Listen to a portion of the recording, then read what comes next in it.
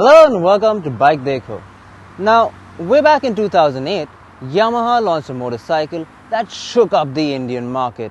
It had a massive rear tyre, a good engine, and it looked sporty. Recently, they've overhauled it and come out with an even better motorcycle. Meet the Yamaha FZ-S FI.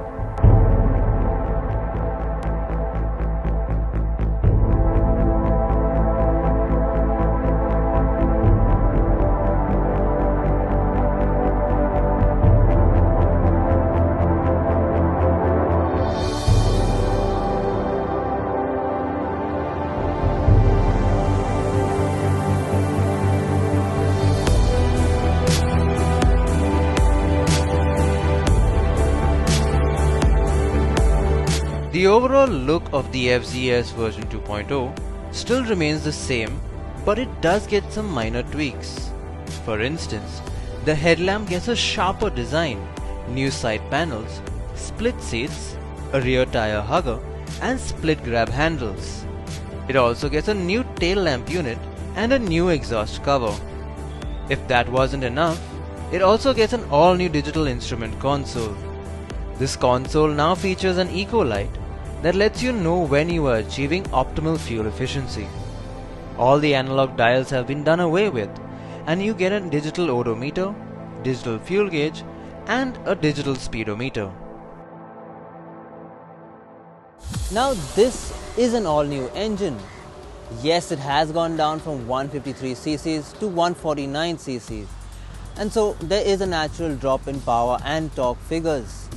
But Yamaha say that the new engine is much better than before. So let's take it out for a spin and see if this holds true.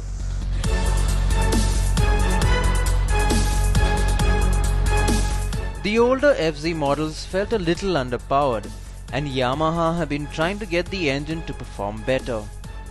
In fact, this new engine is smaller and lighter than the previous versions of the FZ.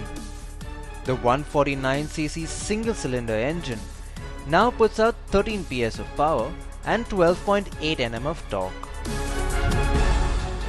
With the new FZ-S, you get a fuel injection system to help with its throttle response and boost fuel efficiency. This is all based on Yamaha's Blue Core technology that is supposed to improve fuel efficiency and keep emissions low.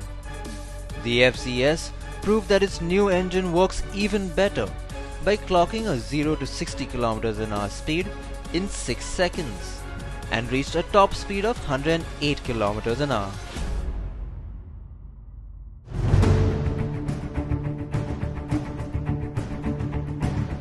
The ergonomics and the seating position remain the same as that on the old FZ, but you're now greeted with a little more grunt than before.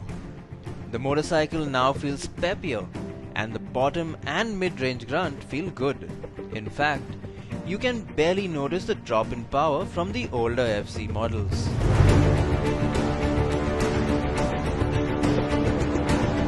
On the plus point, the level of refinement in the engine has gone up significantly.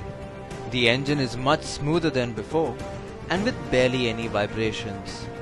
As with the old FZ, the new FZ still handles really well and can tackle corners easily. It doesn't weigh much either at just 132 kilos, and this helps in boosting its fuel efficiency. The FZ-S FI returned an overall fuel economy of 58 kilometers per litre, and that's a pretty good figure seeing as the previous FZ suffered in this respect. The FZ-S gets nice meaty front forks and a mono suspension at the rear. We found the suspension a bit on the softer side, and this is good for bad roads but not that good for cornering. The braking is good, and the front disc brake offered a decent amount of bite.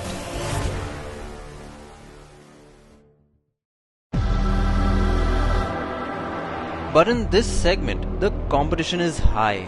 You have the Suzuki Gixxer, the Hero Extreme Sports, and the latest in the lot, the Honda Hornet 160R. As far as styling goes, the Gixxer and the Hornet are its closest competition. Overall, the FZ-S FI is a well-rounded package.